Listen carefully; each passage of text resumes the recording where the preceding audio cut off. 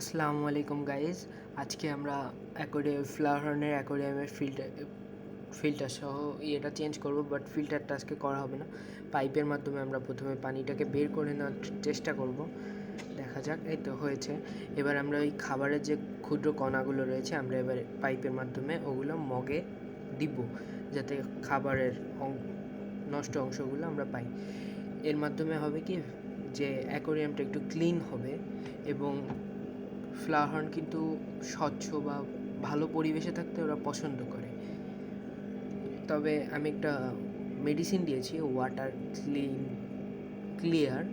ওটার মধ্যে একটা রয়েছে, কেমিক্যাল রয়েছে, যে সব ময়লাগুলোকে একদম নিচে, অ্যাকোরিয়ামের নিচে নিয়ে আসবে।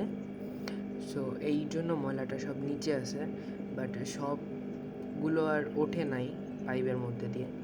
এর জন্য আমাদেরকে পরিষ্কার করতে হবে। তবে পরিষ্কার করব, কিন্তু এই ভিডিওতে দেখানো সম্ভব হচ্ছে না। নেক্সট ভিডিওতে আমি দেখাবো। আর এদিকে দেখতেই পাচ্ছেন ফিল্টারের পাশে কত পরিষ্কার, কিন্তু এই পাশে অনেক ময়লা।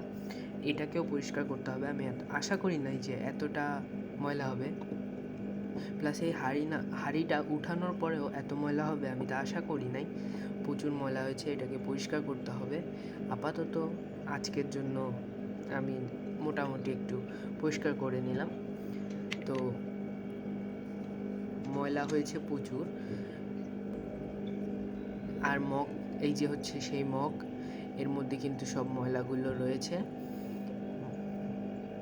পাশেই আমার ওয়াইফাই রয়েছে। এখন হচ্ছে এর অবস্থা।